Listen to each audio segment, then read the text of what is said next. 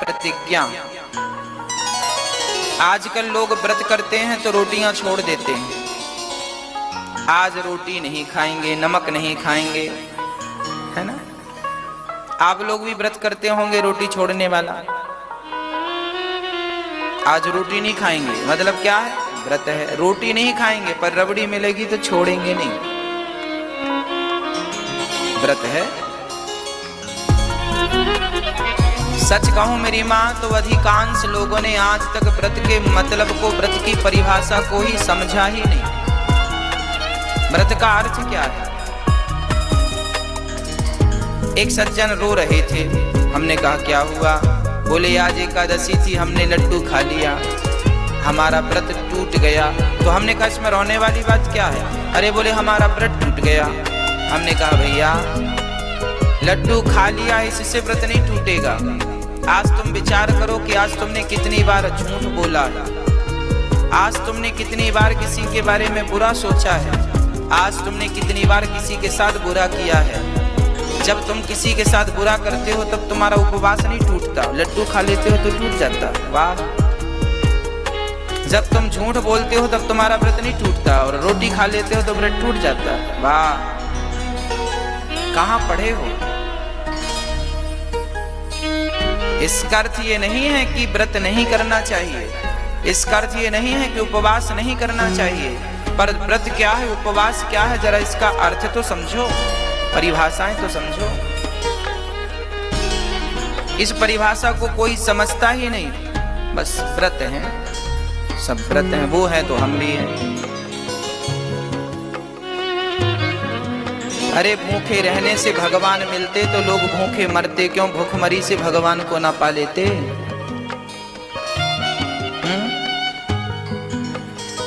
व्रत का अर्थ रोटी का त्याग, नमक का त्याग, हल्दी का त्याग नहीं है। व्रत का अर्थ है आप आज एकादशी है तो आज आप व्रत लीजिए कि आज से मैं सदा बड़ों का सम्मान करूंगा, आज से व्रत लीजिए कि मैं सदा सत्य बोलूंगा, आज से व्रत लीजिए कि सदा सदा मैं अपने मन से, अपनी वाणी से किसी का दिल नहीं दुखाऊंगा। ये व्रत लेना चाहिए। आज से मैंने प्रतिज्ञा ली। व्रत का दूसरा नाम प्रतिज्ञा है, तीसरा नाम संकल्प है। संकल्प लो, प्रतिज्ञा लो, व्रत लो कि आज से मैं गलत रास्ते पर नहीं जाऊंगा, आज से मैं असत्य नहीं बोलूंगा, जब बोलूंगा तो सत्य बोलूंगा। किसी को धोखा नहीं देने का व्रत लो, किसी का अपमान ना करने का व्रत लो, माँ बाप की सेवा करने का व्रत लो। बुढ़ापा आ गया तो बस 10 माला, 12 माला, 100 माला। एक संत जी अयोध्या में हमें मिले, वो हमारे संग के संत हैं, हम साथ में ही रहते थे। जब संत वो बने थे तो वो सीनियर थे, हम उनके चरणों में थे, हमारी उम्र के थे, उनकी भी उम्र 30-32 वर्ष की होगी प्रेजेंट में। वो साधु हो गए, गृहस्थी नहीं बसाई,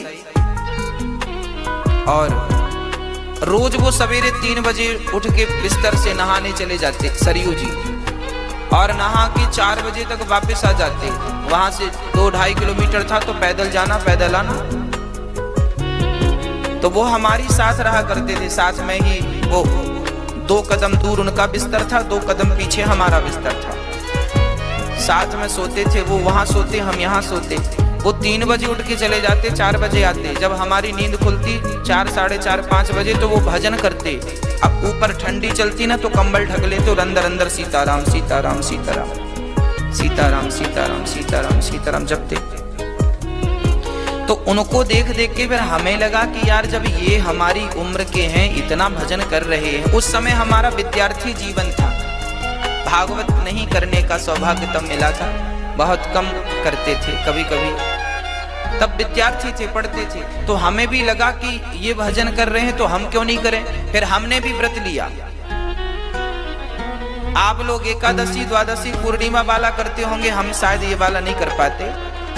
हमारी एकादशी तो ऐसी रहती है कि हमारे जो भैया लोग हैं वो हमें जो खाने को दे देते हैं हम वो खा लेते हैं। आज वो बताएंगे कि आज एकादशी है तो आज ये नहीं खाना, ठीक है भैया नहीं खाएंगे। हाँ तो हमने एक व्रत लिया था अयोध्या में। वो व्रत क्या लिया था? हमने उनको देख के व्रत लिया कि जब ये 3 बजे उठ के चले जाते हैं और 4 बजे नहा के आते हैं और माला जपते हैं भगवान का नाम, तो अब मैं भी सरयू जी रोज नहाऊंगा। बड़ी ठंडी थी और विद्यार्थी जीवन था। मैंने व्रत लिया कि अब रोज जितने दिन अयोध्या में रहूंगा एक भी दिन नागा नहीं होगा, रोज सरयू स्नान करने का मैंने व्रत ले लिया। और भक्तों, मैंने व्रत लिया नहीं, ठाकुर जी की कृपा से उस व्रत को निभाया। जब तक अयोध्या में था एक भी दिन नागा नहीं हुआ, रोज सरयू स्नान करने का अवसर मिलता था। रोज पैदल जाते थे। संत जी वो 4 बजे जब आते थे तब हमारी नींद खुलती, तो हम 4 बजे उठ जाते हैं, चलो तुमसे 1 घंटा बाद ही पहुंचेंगे भगवान के द्वार। तो 4 बजे उठते थे हम, फिर जाते थे तो 4:30 बजे तक पहुंच जाते सरयू जी। दौड़ के जाते, यहाँ से दौड़ लगाते तो सीधे 2.5 किलोमीटर दूर जाके सरयू जी में रुकते, और वहां रुकते तो दौड़ने में शरीर गर्म होता तो थोड़ा सा 2 मिनट बैठ जाते। किसी ने कहा कि बैठ जाया करो, डायरेक्ट पानी में नहीं घुस जाया करो, नहीं बीमार पड़ जाओगे। तो हम 2 मिनट रुक जाते, शरीर नॉर्मल हो जाए। फिर जाके बढ़िया डुबकी लगाते सरयू जी में 4:30 बजे, और फिर वहां से पैदल दौड़ते हुए आते, और फिर बाद में आकर के थोड़ा सा उनकी देखा देखी हम भी माला जपते, हम भी भगवान का भजन करते। बस पहले तो देखा देखी थी, बाद में फिर वो आदत हो गई, फिर मुझसे आनंद आने लगा। फिर आपके बीच में बैठा दिया ठाकुर जी ने। अच्छे लोगों को देखोगे तो अच्छा रंग चढ़ेगा, मेरा कहने का अर्थ ये। और जब अच्छे लोगों को देखो और अच्छा रंग चढ़े तो उसी रंग का व्रत धारण कर लो कि अब तुम्हें रोज ये व्रत से नियम से करना, रोज सरयू जी स्नान करना है, रोज बिहारी जी का दर्शन करना है, रोज तुम्हें एक कम से कम एक माला जपनी है, कम से कम रोज भगवान, एक गरीब व्यक्ति को रोज भोजन दान करना है। कोई एक अच्छा संकल्प, कोई एक अच्छी बात, एक अच्छा काम रोज के लिए ठान लो। रोज 2 आंसू बहाने हैं भगवान की याद में, यही संकल्प ले लो। इससे बड़ा व्रत और क्या हो सकता है? हाँ, तो व्रत होना चाहिए। व्रत का अर्थ है प्रतिज्ञा। रोटी लड्डू खाने से व्रत नहीं टूटता, आपके भीतर की जो बुराइयां हैं उनसे व्रत टूट जाता है। जैसे शुक्रवार का व्रत हमारी माताएं रखती हैं। शुक्रवार के व्रत में माताओं को किसी ने बता दिया है कि खटाई नहीं खाते। अच्छा, माताओं को किसी ने अधूरी बात बता दी, किसी ने ये तो बता दिया खटाई नहीं खाते, पर बेचारे किसी ने ये नहीं बताया कि खटाई चीज क्या है। और हमारी माताओं ने टमाटर को, इमली को, आम को, छाछ को खटाई समझ लिया, बेचारी नहीं खाती डर के मारे, कहीं संतोषी माता नाराज ना हो जाए। अच्छा, आपको किसने बता दिया कि खटाई नहीं खाते? और जिसने बताया तो उसने ये नहीं बताया कि खटाई चीज क्या है।